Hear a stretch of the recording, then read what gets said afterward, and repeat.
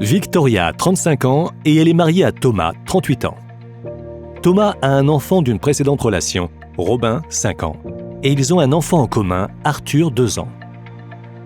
Lors d'un rendez-vous avec son conseiller, celui-ci fait remarquer à Victoria qu'il serait peut-être intéressant pour elle de réétudier la clause bénéficiaire de son contrat d'assurance vie souscrit quand elle avait 20 ans. « Ma quoi ?» lui demande Victoria. « La clause bénéficiaire », lui explique son conseiller. Dans un contrat d'assurance vie, cette clause permet à l'assuré de désigner le ou les bénéficiaires qui percevront le capital au moment de son décès. Victoria choisit alors de désigner Thomas, Robin et Arthur. Thomas Dupont, né le 10 avril 1982 à Nancy, pour 40%.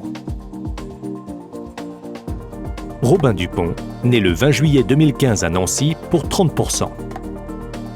Mon fils, Arthur Dupont, né le 23 juin 2018 à Paris, pour 30%.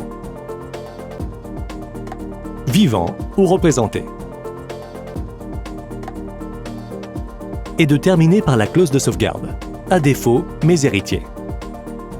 Pour ne pas laisser le contrat sans bénéficiaire désigné.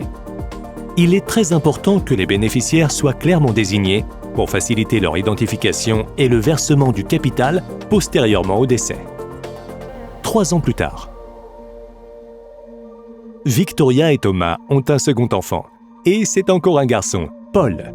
Averti de la situation, le conseiller de Victoria lui demande si elle souhaite actualiser la clause bénéficiaire de son contrat d'assurance vie. Victoria décide de rajouter Paul et de modifier la répartition du capital. Mon fils Paul Dupont, né le 2 septembre 2020 à Paris, pour 30%. 10 ans plus tard. Victoria et Thomas ont divorcé.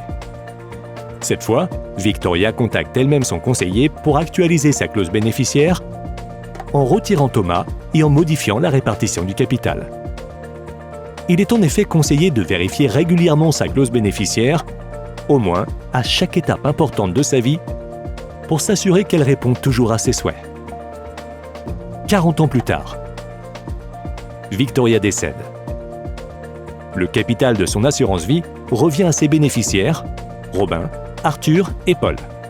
Malheureusement, Arthur est décédé avant elle, et ce sont donc les 2 enfants de celui-ci qui perçoivent à parts égales la somme qui lui était destinée, dans la mesure où la clause bénéficiaire prévoyait la représentation pour le cas où un bénéficiaire désigné décéderait avant l'assuré. Pour résumer, la clause bénéficiaire d'un contrat assurance vie permet de désigner la ou les personnes qui recevront le capital au moment du décès de l'adhérent assuré. Doit être rédigée le plus clairement possible et sans ambiguïté afin d'identifier facilement les bénéficiaires et d'éviter tout problème d'interprétation.